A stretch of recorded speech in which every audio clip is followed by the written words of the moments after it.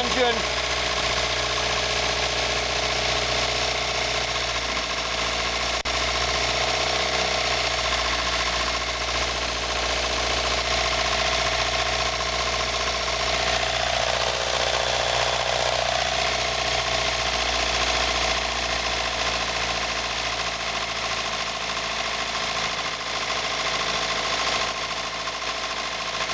Another big deal day.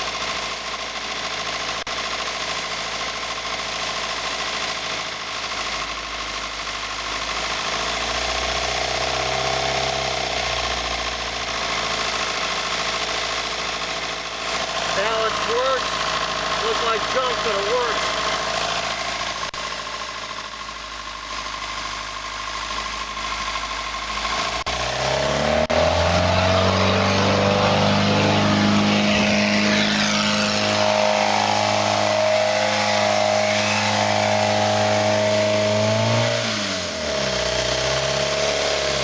Muffler's off the car, so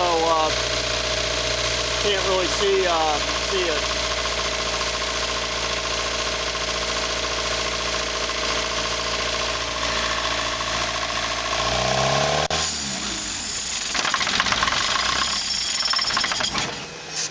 Wow, that's a big deal.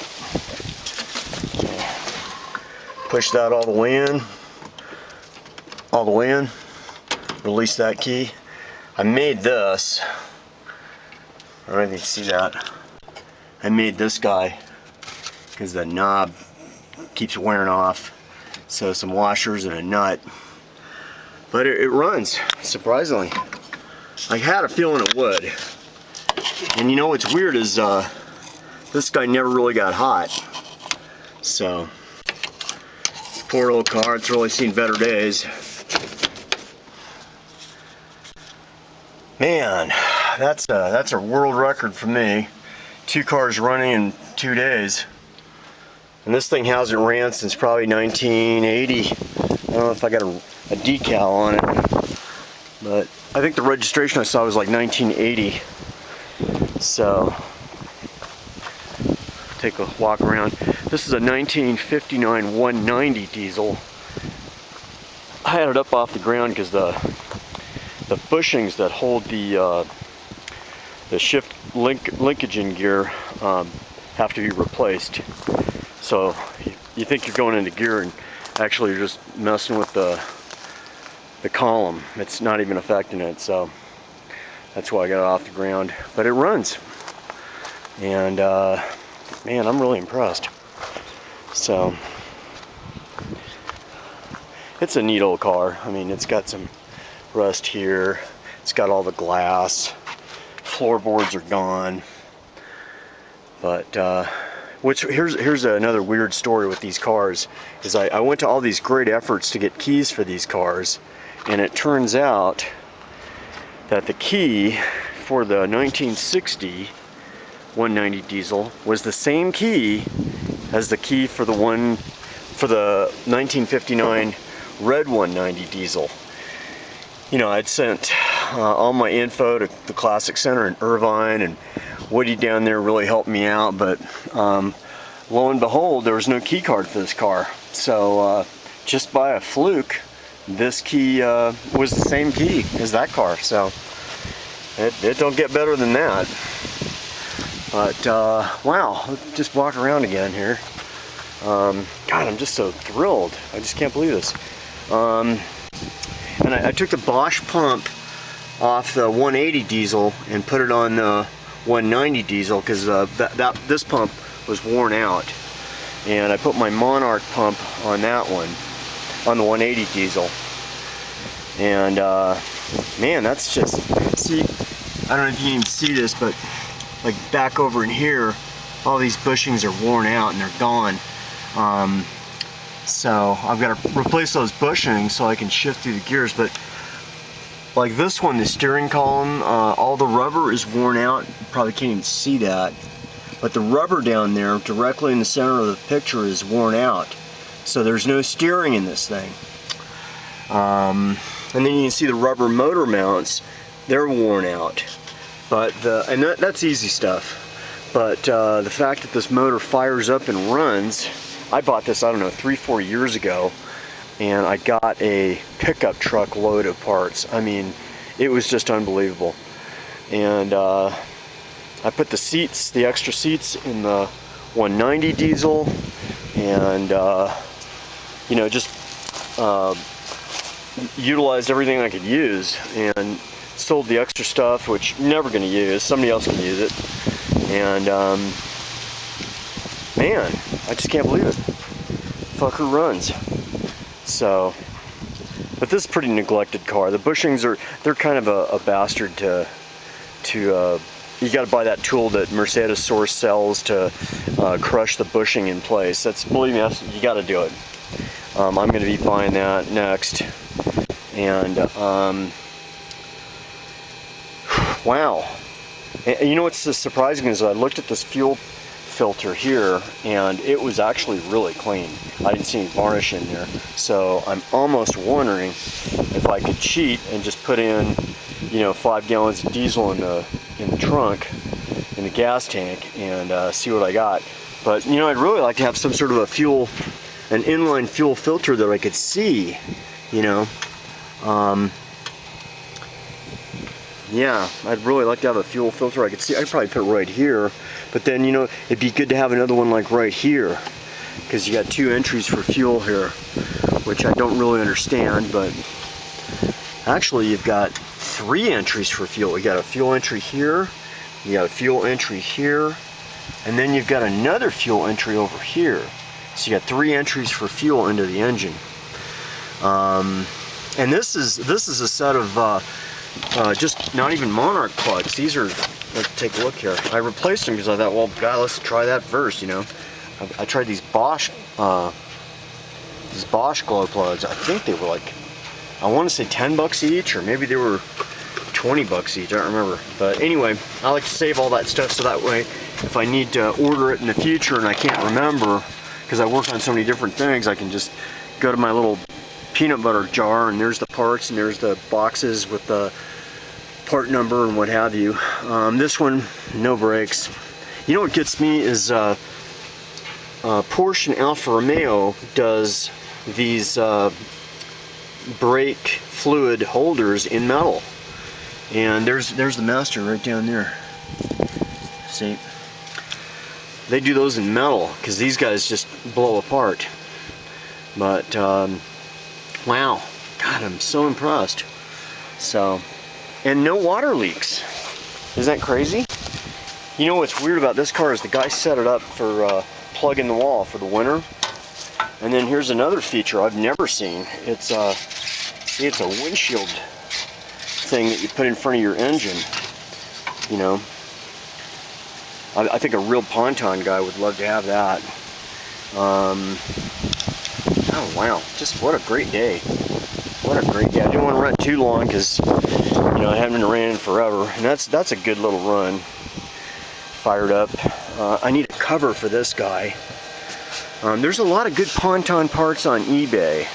A lot of good ponton parts on there.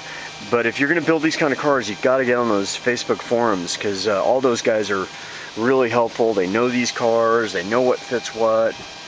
And yeah, and then you definitely want the largest battery you can. Like this one's looks like 900, well, geez, there it went, 900 cranking amps and cold cranking amps.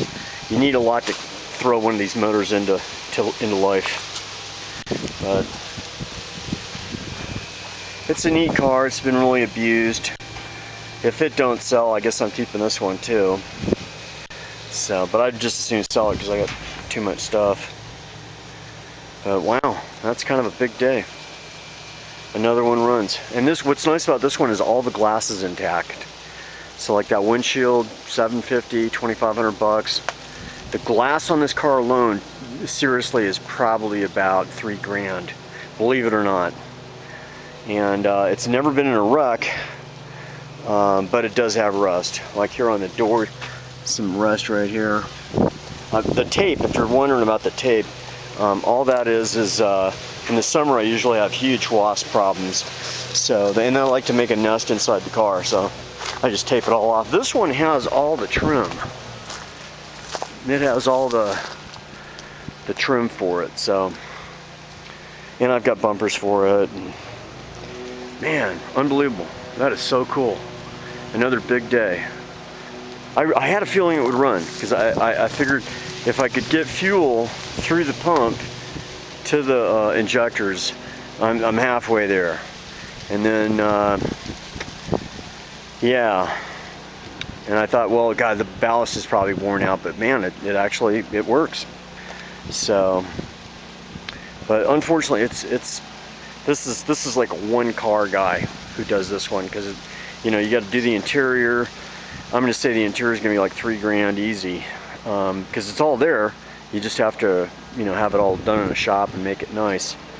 And I have no history about this car. It came from like downtown Salt Lake somewhere, and some guy got it in a storage unit deal, and yeah, so some family probably died, and you know, grandpa's car or whatever, and they just parked it. But it's really neat. It's a really neat car. These taillights you can get on eBay or Niemöller. There's a whole bunch of resources for those. Stars in Atlanta, Star Motors. He's a very helpful guy. He has all kinds of stuff, or he can get you stuff. And you know, a lot of guys look at this car and go, God, it's just too hammered to do. But you know, if you're only doing one car, it's probably not that bad.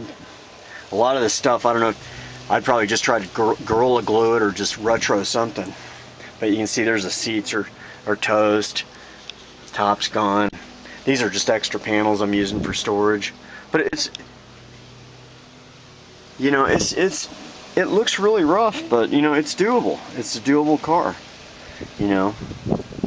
So somebody probably had a fun time driving this, you know, back in the 50s, late 50s, 60s, 70s. And unfortunately, I really think that's what it is. I think they just wear shit out and just park it and walk away, you know. But all this weird stuff, all the small stuff, you can get all that. It's all out there in the universe. So, wow, I'm just blown away. I can't believe it runs. So, and there's a special technique to get the key out. So like if you put the key in, as you can see that, if you put the key in like that, then you pull that out to start it, and then to get the key back out, you push that all the way in, and then that'll release it. What it is, it's a lever thing like this, and then there's another lever on the key machine going towards this pull start. And because if you don't have this, you can still get behind here and push this lever, and it'll release the key. Don't ever try to force this, because it'll break off, and then you've got another adventure. But yeah, I mean, that's all you got to do is just get behind there, push that little lever, and it'll release the key if you don't have that, if you don't have this properly installed. But wow, man, I can't believe it runs. How cool is that? So next, I guess the next big start project's going to be that 2002 car, just to get it started. And that one, I'm pretty certain I'm going to probably end up keeping it. This is too damn neat. You know, there's just so much you can do with them. But like this guy, he lost the thing there, the tumbler for the key. But you could just use, you know, another one for there. Screw it. If somebody wants to rob you, let them rob you. Screw it. Ain't worth my time. But wow, I'm so thrilled. That is so cool. And it's a neat old car. So hey, I got a story for you here. So when I was a little kid, I lived in Sweden for a year. I lived in Malmö, Ystad, Trelleborg, all those little towns. And I went to this place called Bladin Skola. It was an international school for little kids. And when I went there, the little kids would take me out in town for lunch. I was like 11, and we'd go check out all these abandoned buildings. And you know, complete buildings, completely abandoned, and homeless people living in there. We went into one building, in one apartment, and found like about 100 Mercedes Benz emblems, like all tied into each other. And so you know, I hauled those home. That was my score for the day. And I literally probably had 30 to 50 of them. And I don't know what happened to them. I guess I traded them off. Maybe my folks tossed them. But yeah, I have this big long chain of Mercedes Benz emblems. I just thought that was the coolest shit you ever saw. And now I sure could use them. But wow, that is so cool it runs. Alright gang, another video for you. I don't know what happened to YouTube. They got something where they turned off comments, so I don't know how to undo that. If I can post my email, you can ask me questions if you want the cars or whatever, if you have questions on these cars. But yeah, and this one didn't smoke that bad, but then, the exhaust is cut off. Like, there's the muffler. Because, I mean, that's how rough this car was. The muffler literally broke off driving it in here. Well, driving it in here on a tow truck. And,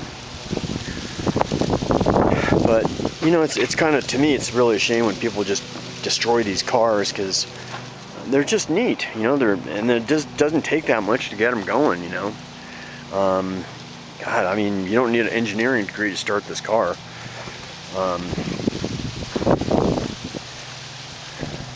Yeah, just get online, start with one thing, fix that, go to the next thing, fix that, and let's see what we got in the trunk. So this car came with a ton of stuff. Like, there's an extra rear window, all this kind of expensive molding for the doors. There's the emblem 190D. Yeah. And so these wasps had made this a home. Little bastards. Yeah, really neat. Really neat. Like I said, you can get everything for these cars. So, well, there it is, gang. Another one operational. I'm pretty pleased. Yeah. But this is a welder special. There's all kinds of welding work that needs to be done. Suspension, floor pan. The door stuff, that's not so bad, but the floor pans that's take everything out, cut it out, and put new pans in. I wouldn't try to get something from Mercedes. I would just get some of that diamond tuck or something neat like that, and put that in place. If you really wanted to, you could probably, well, you could fiberglass something to the floor. So, yeah, there it is. Runs. Doesn't drive, but it runs. I think the clutch does work, because I put my foot into the clutch pedal and monkeyed with the shifter. So I think the clutch probably is operational. So there it is, gang. We'll see you on the next YouTube.